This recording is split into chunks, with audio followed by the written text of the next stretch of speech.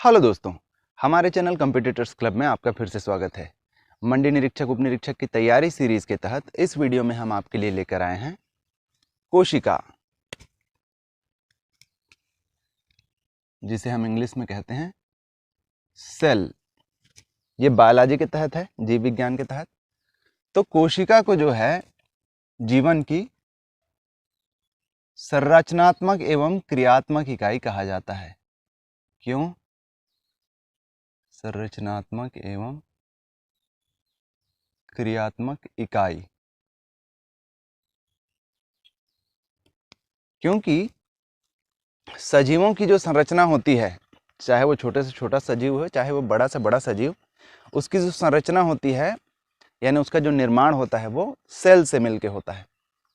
कोशिकाएं ही जो है आपस में मिलकर ऊतक बनाती हैं, ऊतक से फिर अंग बनते हैं, अंग से अंग तंत्र बनता है और फिर अंग तंत्र से जीव बनता है। यानी कोशिकाएं जो हैं ये आपस में समूह बनाकर ऊतक बनाती हैं, ऊतक जो है आपस में मिलकर जो है अंग बनाते हैं, अंग जो है बनाते हैं अंग तंत्र, और यही जो अंग तंत्र होता है ये किसी जीव को चलाता है। तो प्रारंभ में क्या है, यूनिट प्रारंभ में जो उसका बेस जो है वो क्या है, कोशिका है। तो ये हो गई संरचनात्मक इकाई। क्रियात्मक इकाई क्यों? क्रियात्मक इकाई इसलिए क्योंकि जीवों में जो क्रियाएं होती हैं, मूलभूत क्रियाएं, जैसे पोषण, फिर जनन, प्रजनन, वो सारी क्रियाएं जो है कोशिकाओं में भी होता है, पोषण और जनन।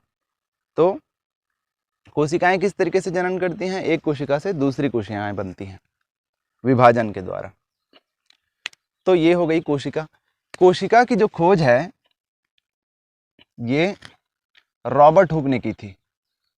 कोशिका की जो खोज है वो रॉबर्ट हुक ने की थी, और जो खोज इन्होंने की थी, कोशिकाओं को जो इन्होंने देखा था वो देखा था प्लांट सेल थे वो, यानी कि पादप कोशिकाएं, पादप कोशिका।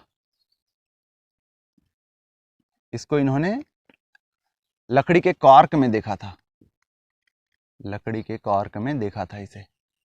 वहां पर उन्होंने क्या देखा था कि कुछ मधुमक्खी के छत्ते जैसी संरचनाएं जो हैं वहां पर उपस्थित हैं। इसे इन्होंने कहा सेल, जिसे हम कोशिका के नाम से जानते हैं।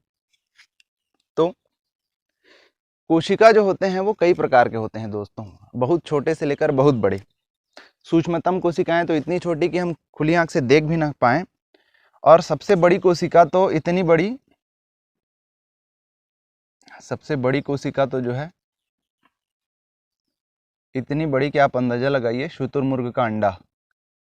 शुतुरमुर्ग का अंडा जो है, अंडा जो होता है दोस्तों वो कोशिका होती है। फिर कुछ कुछ कोशिकाएं कोशिकाएं कई प्रकार की होती हैं, कुछ चपटी होती हैं, कुछ लंबी होती हैं, कुछ खड़ी होती हैं। तो तंत्रिका कोशिका जो होती है, सबसे लंबी जो कोशिकाएं होती हैं, सबसे लंबी कोशिकाएं जो होती हैं वो होती हैं तंत्रिका कोशिका। क्या होती हैं इसके बारे में हम पढ़ेंगे जब हम ऊतक पढ़ रहे होंगे। अभी सिर्फ इतना समझ लीजिए कि जो भी संदेशों को शरीर में लाने ले जाने का काम जो करते हैं वो तंत्रिका कोशिकाएं करती हैं। तो जैसा मैंने बताया कि रॉबर्ट हुक ने जो देखा था इसको कॉर्क में देखा था, लकड़ी के, जो कि पादप कोशिका है। तो टिपिकली जो होते हैं, वैसे तो कोशिकाएं कई प्रकार की होती हैं, पर सामान्य रूप से दो प्रकार की कोशिकाएं होती हैं। एक होती है पादप कोशिका, जो पादप या प्लांट्स में पाया जाता है, और दूसरा जो होता है वो होता है जंतु कोशिका। दोनों में कुछ कुछ भिन्नताएं भी होती हैं और कुछ कुछ समानताएं भी होती हैं। दोनों को हम देख लेते हैं। तो जैसा मैंने बताया कि कोशिका का जो आकार है वो अलग अलग प्रकार का होता है, पर हम सामान्य तौर पे मान के चल रहे हैं कि एक टिपिकल जो कोशिका है वो गोलाकार है, एक गोलाकार कोशिका है। और जैसे देख रहे हैं कि प्लांट जो कोशिका होती हैं वो ज्यामितीय आकार की होती हैं, ज्यामितीय आकार की प्लांट कोशिकाएं होती हैं। अब कल्पना करिए एक बलून की। एक गुब्बारे की कल्पना करिए जिसमें पानी भरा हुआ है, तो जो बलून है वो पानी को घेर के रखा हुआ है। तो वैसे ही एक कोशिका को जो है एक झिल्ली घेर के रखती है, उस झिल्ली को हम कहते हैं प्लाज्मा मेम्ब्रेन या फिर कोशिका झिल्ली या फिर प्लाज्मा झिल्ली। प्लाज्मा झिल्ली।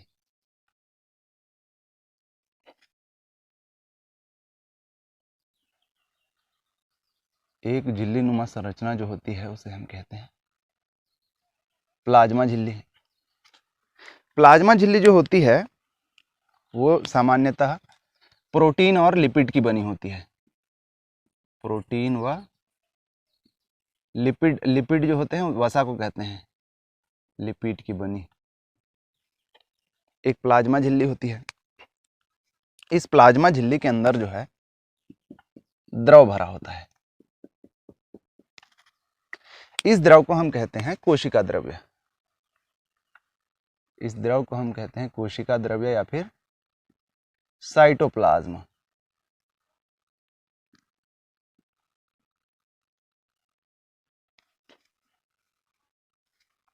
कोशिका द्रव्य कहते हैं।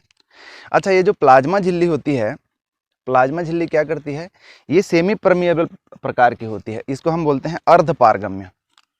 ये जो प्लाज्मा झिल्ली होती है वो होती है अर्धपारगम्य। अर्धपारगम्य यानी ये चयन करती है, कुछ चीज़ों को तो अपने में से आर पार आने जाने दे देती है पर कुछ चीज़ों को नहीं जाने देती, तो इसलिए हम इसको कहते हैं अर्धपारगम्य। प्लाज्मा झिल्ली जो होती है वो अर्धपारगम्य होती है, प्रोटीन व लिपिड की बनी होती है। तो ये कोशिका द्रव्य भरा होता है अंदर। अब इस कोशिका द्रव्य के अंदर जो है, जो द्रव भरा है, उसमें बहुत से कोशिकांग होते हैं। कोशिका के छोटे छोटे अंग होते हैं, उन्हें हम कहते हैं कोशिकांग। तो उसमें जो एक प्रमुख अंग होता है उसे हम कहते हैं केंद्रक। केंद्रक या इसको हम कहते हैं न्यूक्लियस।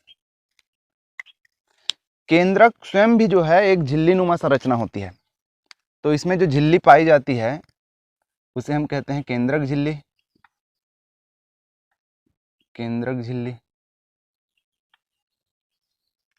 और इस केंद्रक के अंदर जो है धागे नुमा संरचनाएं पाई जाती है, बिखरी हुई धागे नुमा संरचना बिखरी हुई रहती है, जिसे हम कहते हैं क्रोमेटिन। क्रोमेटिन। कोशिका विभाजन के समय यही जो क्रोमेटिन है वो संघनित होकर गुणसूत्रों का निर्माण करती है। तो ये हो गए केंद्रक, केंद्रक झिल्ली, क्रोमेटिन। अच्छा, केंद्रक की जो खोज है, केंद्रक की खोज जो है ये की थी रॉबर्ट ब्राउन ने। रॉबर्ट ब्राउन ने जो है केंद्रक की खोज की थी। केंद्रक के अंदर जो द्रव पाया जाता है उसे हम कहते हैं केंद्रक द्रव्य या न्यूक्लियोप्लाज्म। इसके अंदर जो द्रव्य पाया जाता है उसे हम कहते हैं केंद्रक द्रव्य।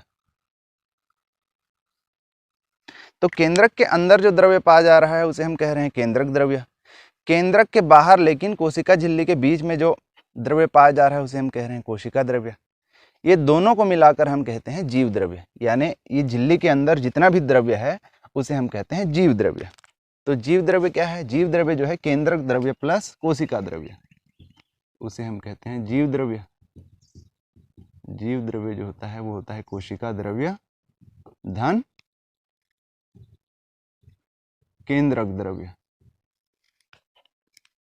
इसे हम कहते हैं प्रोटोप्लाज्म। तो प्रोटोप्लाज्म जो होता है वो साइटोप्लाज्म प्लस न्यूक्लियोप्लाज्म, इसे हम कहते हैं न्यूक्लियोप्लाज्म। ये हो गया। अब क्या क्या जो है कोशिकांग इसमें रहते हैं, बिखरे रहते हैं। तो एक जो है नलिकानुमा संरचना होती है जो केंद्रक से चालू होती है और इस प्रकार से वो जाती है प्लाज्मा मेम्ब्रेन तक।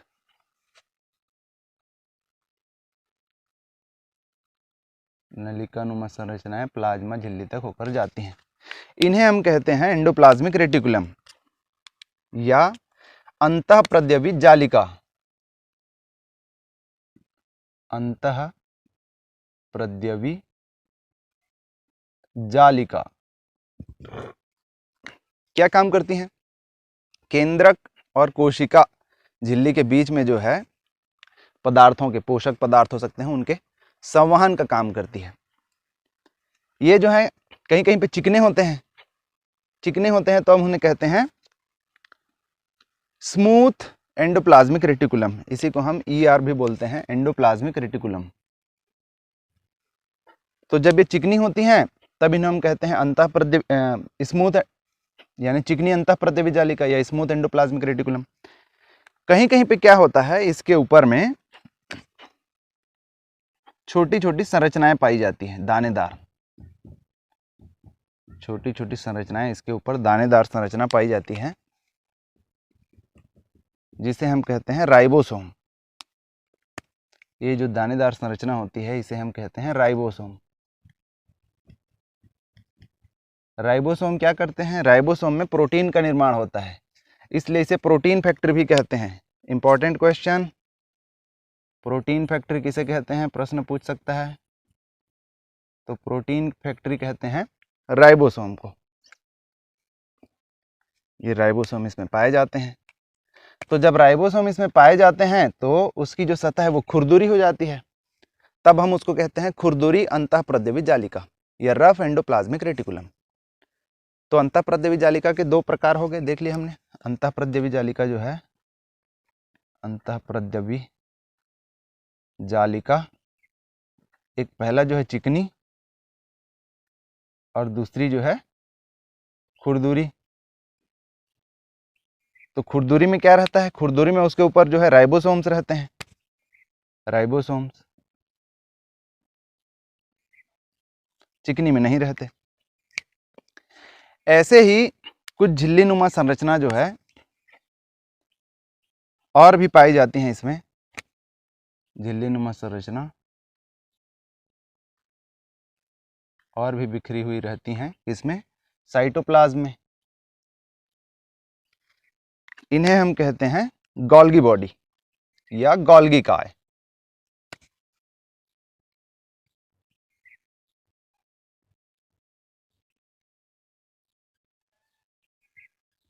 ये क्या काम करती हैं? तो जैसे अंतःप्रद्यवी जालिका क्या करती है? संवहन का काम करती है। तो संवहन से पहले पैकिंग का काम करती हैं ये गोल्गी बॉडीज जो हैं। जिन पदार्थों का संवहन होना रहता है उनका पैकिंग हो जाता है पहले गोल्गी बॉडीज में। ये वो है गोल्गी बॉडीज। इसके अलावा जो है छोटी छोटी संरचनाएं पाई जाती हैं,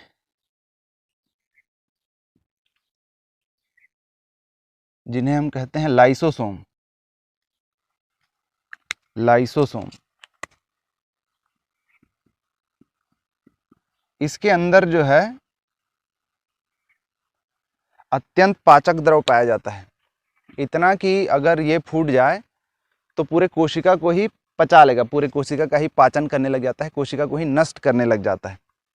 इसीलिए लाइसोसोम को जो है आत्महत्या की थैली भी बोलते हैं, आत्महत्या की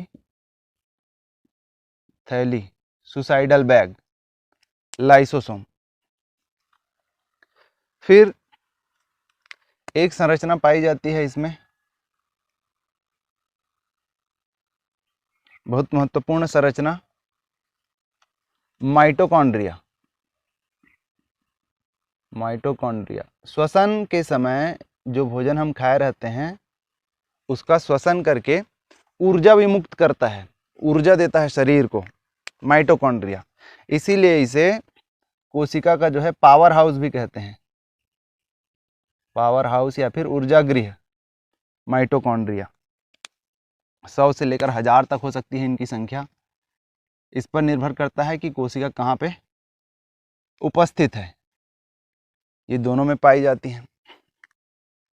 फिर जो जंतु कोशिका होती है उसमें छोटे छोटे वैक्यूल्स पाए जाते हैं या रिक्तिकाएं। रिक्तिकाएं का मतलब झिल्ली नुमा संरचना है, उसके अंदर कुछ नहीं है, तो उसमें कभी एंजाइम्स हो सकते हैं, कभी जो है भोजन हो सकते हैं, तो इन्हें हम कहते हैं रिक्तिका। रिक्तिका। तो जो जंतु कोशिका है उसमें रिक्तिका जो है छोटे पाए जाते हैं, पर पादप कोशिका में जो है बड़े रिक्तिकाएं पाई जाती हैं।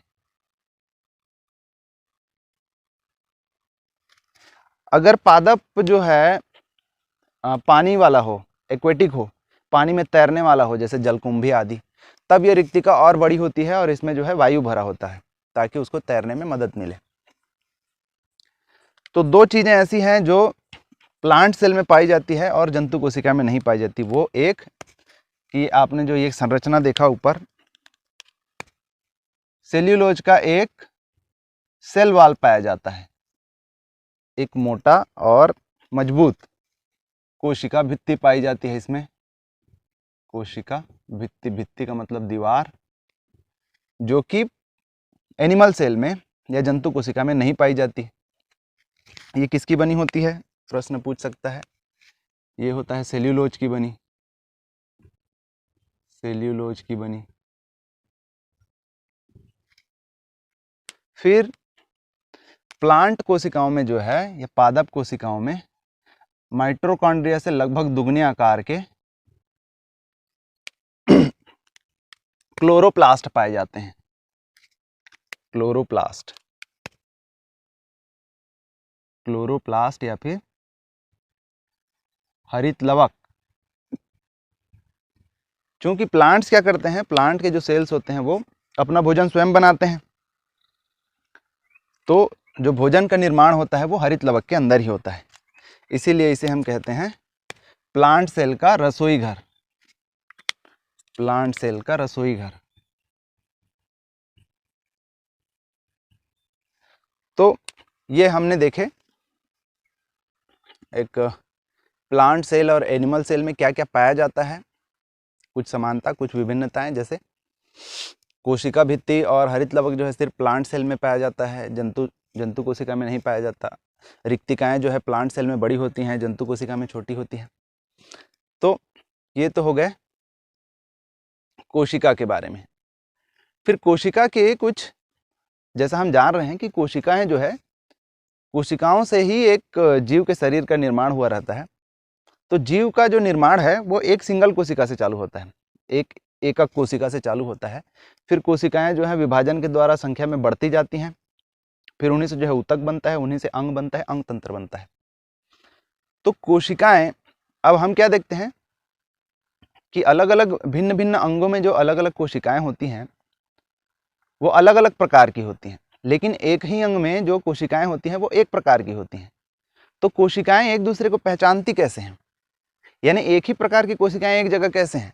तो क्या होता है, जो प्लाज्मा मेम्ब्रेन होता है, ये जो झिल्ली होती है प्लाज्मा झिल्ली, उसमें कुछ कुछ साइट्स होते हैं, कुछ कुछ जगह होते हैं जो अपने समान कोशिकाओं को पहचान जाते हैं। इसीलिए जब जीव का भ्रूण से विकास होते रहता है तो एक प्रकार की जो कोशिकाएं हैं वो एक ही जगह जाकर संग्रहित हो जाती हैं। कोशिका से संबंधित जो है कोशिका सिद्धांत एक दिया गया है जिसमें कोशिका के बारे में बताया गया है, वो हम देख लेते हैं। कोशिका सिद्धांत, कोशिका सिद्धांत की मुख्य बातें देख लेते हैं ध्यान देने लायक। तो कोशिका सिद्धांत जो दिया है 3 वैज्ञानिकों ने दिया है। पहला है श्लीडेन, दूसरे हैं श्वान और रुडोल्फ विर्चो, रुडोल्फ विर्चो। तो इसमें ध्यान देने लायक बात दो हैं। एक कि एक टर्म है, जैसा उन्होंने कहा था, ओमनीस सेल्यूली सेल्यूला, लैटिन में शायद कहा हुआ है। इसका मतलब है एक कोशिका से ही दूसरी कोशिकाएं बनती है। हिंदी में देख लेते हैं, ओमनी सेल्यूली सेल्यूला, रुडोल्फ विर्चो से जोड़ा जाता है इस कथन को। ओमनी सेल्यूली सेल्यूला, इसका मतलब होता है कि एक कोशिका से ही दूसरी कोशिका बनती है। और दूसरा एक टर्म इसमें आता है कि यह जो है कोशिका जो है जीवन की संरचनात्मक एवं क्रियात्मक इकाई है। कोशिका जीवन की संरचनात्मक एवं क्रियात्मक इकाई है। आपके परीक्षा के लिए महत्वपूर्ण सभी बिंदु हमने लगभग देख लिए हैं। अब आते हैं हम दूसरे टॉपिक पे। अगला टॉपिक हम देखने जा रहे हैं जीवों का विकास, इवोल्यूशन। इवोल्यूशन इसका तात्पर्य है कि समय के साथ क्रमिक रूप से जीव जो हैं कैसे विकसित होते गए, कैसे बढ़ते गए। तो जैसा हमने पिछली क्लास में देखा सेल्स के बारे में कि कोशिका जो है जीवों की संरचनात्मक एवं क्रियात्मक इकाई है।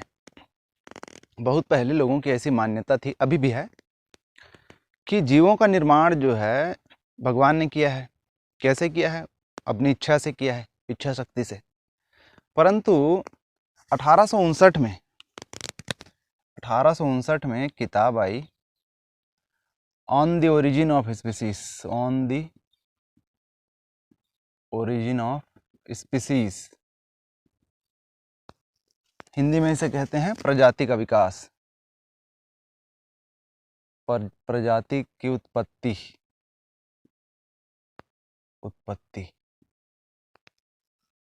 ये पुस्तक लिखी थी चार्ल्स डार्विन ने। और उन्होंने ये खुलासा किया, उन्होंने ये कहा कि जीवों का विकास जो है एक कोशिकीय जीवों से हुआ है। यानी जीवों की उत्पत्ति जो है एक कोशिकीय जीवों से ही हुई है। सबसे पहले एक कोशिकीय जीव बने होंगे, उनके विकास से जो है फिर बहुकोशिकीय जीव बने होंगे, उनसे फिर सरल जीव बने होंगे, उन सरल जीवों से फिर जो क्लिष्ट जीव हैं, जिनकी संरचना बहुत क्लिष्ट है, ऐसे जीव बने होंगे जिनकी संरचना जो है बहुत कॉम्प्लेक्स है, ऐसे जीव बने होंगे। यानी कि सब जीवों का जो विकास है वो कहीं एक जगह से चालू होता है, किसी एक जगह से चालू होता है, और ऐसे ही ये विकसित होते होते जो हैं अभी जो हम देख रहे हैं सबसे जो विकसित जीव हैं मनुष्य, वहाँ तक पहुँचे हैं। तो इसका मतलब क्या हुआ कि मनुष्य को अलग से नहीं बनाया गया, जीव जंतु जो अभी अभी हमको दिखते हैं उनको अलग से नहीं बनाया गया। तो इस सिद्धांत ने क्या किया, चार्ल्स डार्विन के इस बुक ने 1859 ने क्या है धार्मिक जगत में हलचल पैदा कर दी, क्योंकि ये जो धार्मिक सिद्धांत थे उनके खिलाफ था, धार्मिक सिद्धांतों का खंडन करता था ये। तो अभी हम जानते हैं, विज्ञान ये मानता है कि जीवों का विकास जो ऐसे ही हुआ है, एक कोशिकीय जीव से फिर बहुकोशिकीय जीव बने होंगे, फिर सरल जीव बने होंगे, फिर जो है कॉम्प्लेक्स स्ट्रक्चर वाले जीव बने होंगे। तो जैसा डार्विनवाद में हम कहते हैं कि हमारे पूर्वज बंदर थे, बंदरों से विकास होते हुए फिर चिंपांजी, फिर जो है गोरिल्ला, इस तरीके से होते हुए मनुष्य तक पहुँचे हैं। तो इस बात को मान भी लें कि अगर ऐसा हुआ है तो फिर इसके प्रमाण क्या हैं, इसके प्रमाण क्या हैं? 2-3 चीज़ों में हम इसका प्रमाण देखेंगे। उससे पहले हम जान लेते हैं कि चार्ल्स डार्विन जो है इस बुक तक, on the origin of species तक पहुँचे कैसे। तो बीगल नाम के जहाज में एक एक्सपीडिशन चल रहा था। बीगल जो है जहाज का नाम है, इंग्लैंड में। इसमें एक एक्सपीडिशन जाने वाला था। एक्सपीडिशन मतलब यात्रा, कुछ खोजी यात्रा पर जाने वाले थे। उसमें चार्ल्स डार्विन जो है अप्रेंटिस के रूप में गए हुए थे। अपनी यात्रा के दौरान उन्होंने क्या देखा, ये गैलापागोस द्वीप समूहों की बात है। गैलापागोस द्वीप समूह है, वहां पे उन्होंने क्या देखा कि फिंचे नाम की जो चिड़िया है, फिंचेस, ये जो चिड़िया है थोड़े थोड़े दूरी पर, जब द्वीप समूह अलग अलग होते जाते थे तो अलग अलग द्वीपों में जो ये चिड़िया है उसका रूप आकार थोड़ा थोड़ा भिन्न दिखता था। तो उनको ये आश्चर्य हुआ कि एक ही मतलब ऐसे थोड़े थोड़े दूरी पे जो है एक ही चिड़िया के ऐसे भिन्न भिन्न रूप कैसे हैं, ऐसे अलग अलग चिड़िया क्यों हैं। तो उन्होंने वहाँ पे जो वातावरण था उसको देखते हुए चिड़िया में जो भेद पाए गए थे, जो विभिन्नता पाई गई थी, उसके आधार पर उन्होंने ये निष्कर्ष निकाला कि जीव जो हैं अपने आसपास के वातावरण के अनुसार, आवश्यकता के अनुसार ढलते हैं और अपने आप में कुछ परिवर्तन करते हैं। तो ढलने के साथ जब परिवर्तन होता है उसे हम कहते हैं अनुकूलन। अच्छा, एक नया शब्द आया, अनुकूलन। अनुकूलन, तो अनुकूलन क्या है? अनुकूलन का मतलब है अपने आसपास के वातावरण के अनुसार, अपने आसपास के वातावरण में फिट होने के लिए अपने में कुछ आवश्यक परिवर्तन करने को हम कहते हैं अनुकूलन। जैसे कैक्टस जो है रेगिस्तान के अनुकूल है। क्यों? उसके पत्ते जो है मांसल होते हैं ताकि उसमें, उसके तने भी मांसल होते हैं ताकि उसमें जल जो है संचित करके रखा जा सके। वैक्स की एक परत पाई जाती है उसके ऊपर में ताकि वाष्पीकरण द्वारा जो है जल की हानि कम हो, वाष्पोत्सर्जन द्वारा। ऊंट जो है रेगिस्तान के अनुकूल है। क्यों? उसके पैर जो है गद्देदार होते हैं, उसको पानी कम पीने की आवश्यकता होती है। मछली जो है वो अनुकूल है पानी के। क्यों?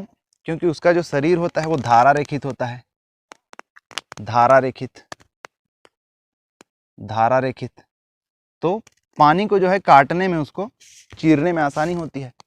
इसी को देख के बाद में जो है हमने जो यान बनाए, विमान बनाए या फिर मिसाइल्स बनाए, सब इस शेप के बनाए, धारा रेखित शेप के।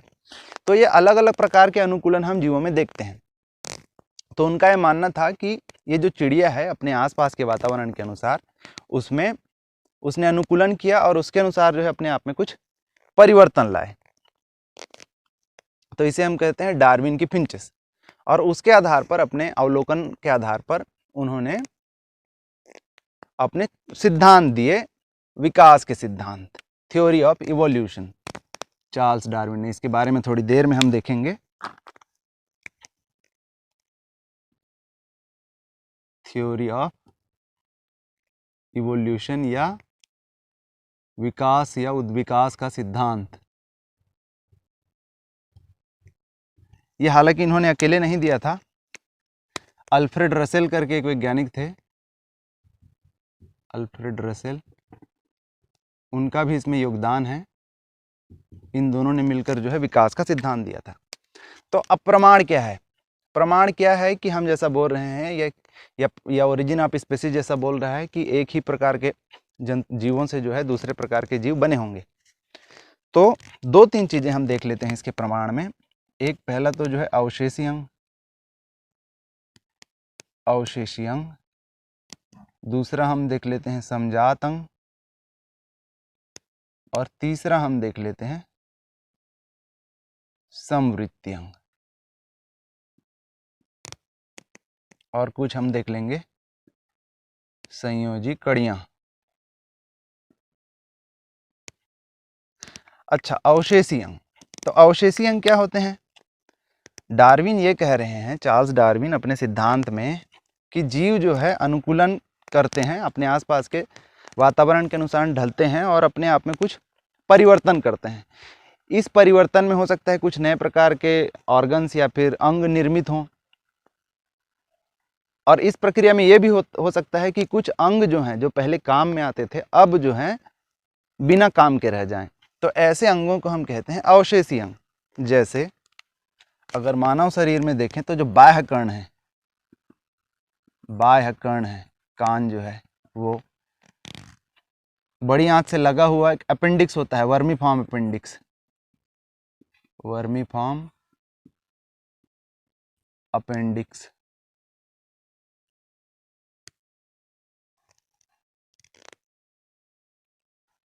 इसके अलावा जो है आपका विजडम टूथ, या जिसको बुद्धि के दांत बोलते हैं,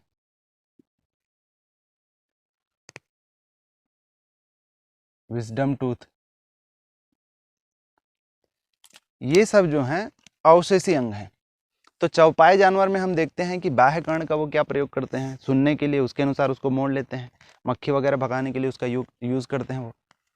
पर वो सब काम अब हम लोग सक्षम हैं इधर उधर देखने में, और उसी तरीके से हिल डुल कर जो है सुनने में जिस दिशा से आवाज़ हो रही है, तो कर्ण का हम प्रयोग ही नहीं करते, बाह्य कर्ण का, सिवाय चश्मा पहनने के। तो अब ये जो है अवशेषी अंग रह गया है, हम इसको हिला डुला नहीं पाते। फिर वर्मीफॉर्म अपेंडिक्स, आपके छोटी आंत बड़ी आंत से जहाँ पे मिलती है वहाँ पे एक वर्म जैसा, वर्मी फॉर्म कहने का मतलब वर्म जैसा, कीड़ा जैसा एक संरचना पाई जाती है जिसे हम कहते हैं वर्मी फॉर्म अपेंडिक्स। तो किसी ज़माने में जब हम कच्चे साग सब्जी खाते थे, पत्ती वगैरह को खाते रहे होंगे, तो उसको पचाने के लिए वर्मी फॉर्म अपेंडिक्स जो है सेल्यूलोज को पचाने के लिए एंजाइम्स का स्रावण करता था। अब बाद में हमने खाना पका के खाना चालू कर दिया तो सेल्यूलोज की मात्रा जो है शरीर को कम मिलने लगी। फिर जब सेल्यूलोज की मात्रा कम मिलने लगी तो ये जो ऑर्गन है वर्मी फॉर्म अपेंडिक्स, ये काम करना बंद कर दिया। अभी अवशेषीय अंग के रूप में है।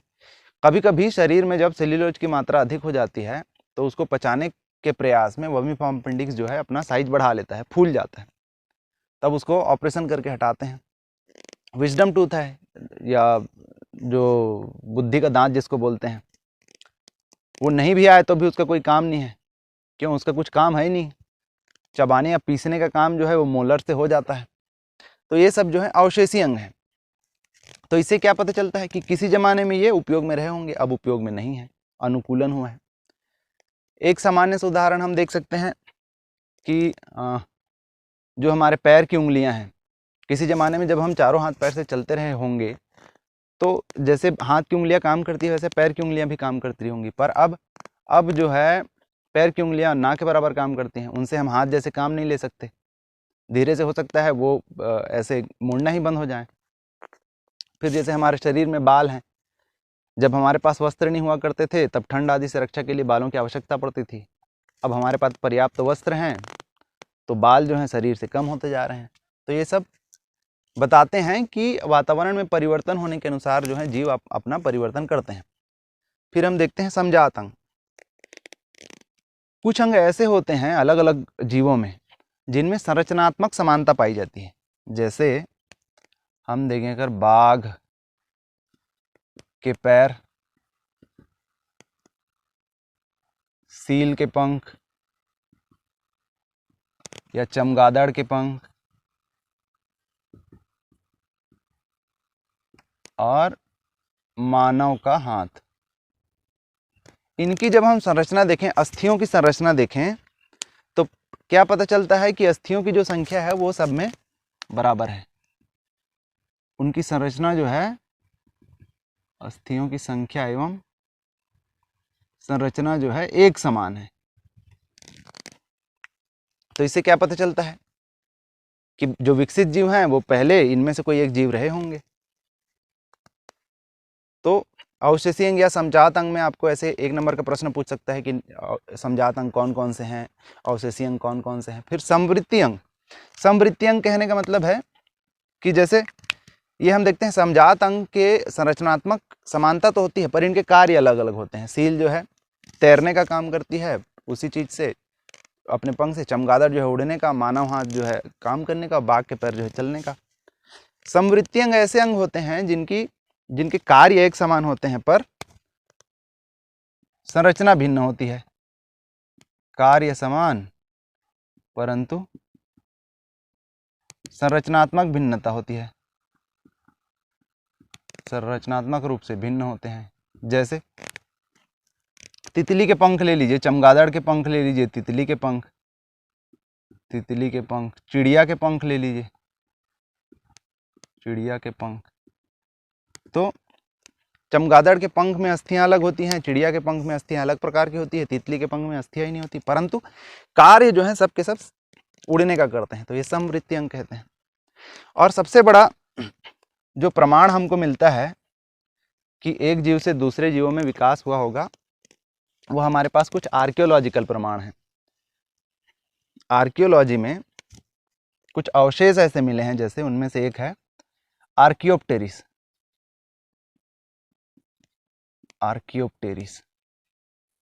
आर्कियोप्टेरिस का जीवाश्म मिला है। उसमें हम क्या देखते हैं कि उसमें जो कुछ जो उसकी समानताएं हैं वो सरीसृप से है, सरीसृप या रेप्टाइल से। और कुछ जो समानताएं हैं जैसे उसमें पंख पाए गए हैं वो है एविस से या पक्षियों से। तो एक ही चीज में सरीसृप जैसे लक्षण भी हैं जो रेंग के चलते हैं और उसी जीव में जो है पक्षियों के लक्षण भी हैं जो उड़ते भी हैं। तो इससे क्या पता चलता है कि आर्कियोप्टेरिस जब सरीसृप से पक्षी बन रहा होगा, सरीसृप से जब पक्षियों का विकास हुआ होगा, तो आर्कियोप्टेरिस जो है उनके बीच की अवस्था है। तो सामान्य तरीके से जो विकास का क्रम हम देख रहे हैं, हम क्या देखते हैं कि जल से प्रारंभ हुआ है, जल से फिर वो रेंगते हुए जमीन पे आए हैं, रेंगने से फिर उड़ने पर गए हैं, और उसके बाद जो रेंगने वाले हैं उनमें उस तरीके से विकास होता गया है, वो सरलतम से जटिल बनते गए हैं, फिर उड़ने वालों में भी सरलतम से जटिल, इस तरीके से जो है विकास हुआ है। तो ये प्रमाण मिलते हैं हमको कि इस तरीके से उनका विकास हुआ है। अब अपने अनुभवों के आधार पर, उनने जो नोटिस किया उसके आधार पर उन्होंने जो है विकास का सिद्धांत दिया था। उसको पूरा नहीं देखते, उसमें 2 पॉइंट हम देख लेते हैं जो हमारे लिए आवश्यक है। एक पहला पॉइंट जो है वो है, तो जैसा डार्विन ने बताया था कि जैसा आसपास जो है माहौल बदला, उसके हिसाब से जीवों ने जो है अपने आप में कुछ परिवर्तन किए, कुछ नए ऑर्गन्स आए उनसे, जो ऐसा नहीं कर पाए वो समाप्त हो गए। जैसे डायनासोर के बारे में हम देख रहे हैं, डायनासोर खत्म हो गए, पर उसी के जो साथी हैं छिपकली, वो लाखों करोड़ों वर्ष से अभी तक जिंदा है। तो 2 टर्म यहाँ पे आता है, एक जो है सर्वाइवल ऑफ फिटेस्ट या सर्वाइवल ऑफ फिटेस्ट, इसके हम कहते हैं योग्यतम की उत्तरजीविता। ये क्या है कि जो योग्य होगा, जो अपने आसपास जो परिवर्तन हो रहे हैं उसके अनुसार अपने आप को ढाल पाएगा, वो जीवित रहेगा। और दूसरा एक टर्म आता है यहाँ पे नेचुरल सिलेक्शन, नेचुरल सिलेक्शन, या इसे हम कहते हैं प्राकृतिक चयन या प्राकृतिक वरण।